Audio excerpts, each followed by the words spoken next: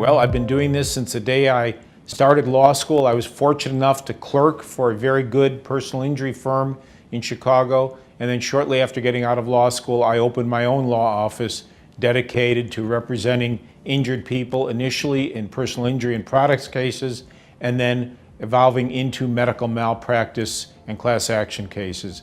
Currently, we do primarily medical malpractice and product liability because that's where the biggest injuries occur and the people need firms with our expertise. I guess I'm a child of the late 60s when we wanted to rebel and fight against people that were trying to take advantage of everyone. While I didn't burn my draft card, I did become outspoken for the little guy, and I've done it ever since. It's been a passion of mine, and that's what started me in representing plaintiffs in personal injury work, and that's what encourages me every day to come to work and represent the little guy.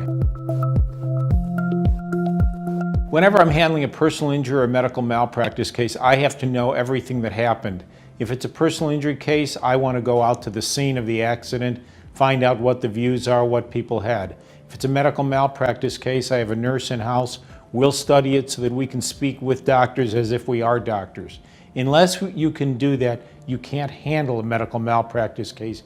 You can't cross-examine anyone, and you can't properly represent your client. You then have to make sure your client has resources and has access to the finest medical care they can have to make sure that no one can ever say they were malingering, they were holding back. Our clients always strive to make the best recovery they can. Most important thing, if you're interviewing an attorney, you should ask them about what their personal experience is in handling your case all the way through trial. A lot of attorneys refer cases. They may advertise, they may promote their firm, but what they're really doing is filtering the case on to someone that's more competent to handle. You're much better off if you can deal directly with the attorney that's going to be standing by your side, sitting you with your courtroom, holding your hand, and can do that.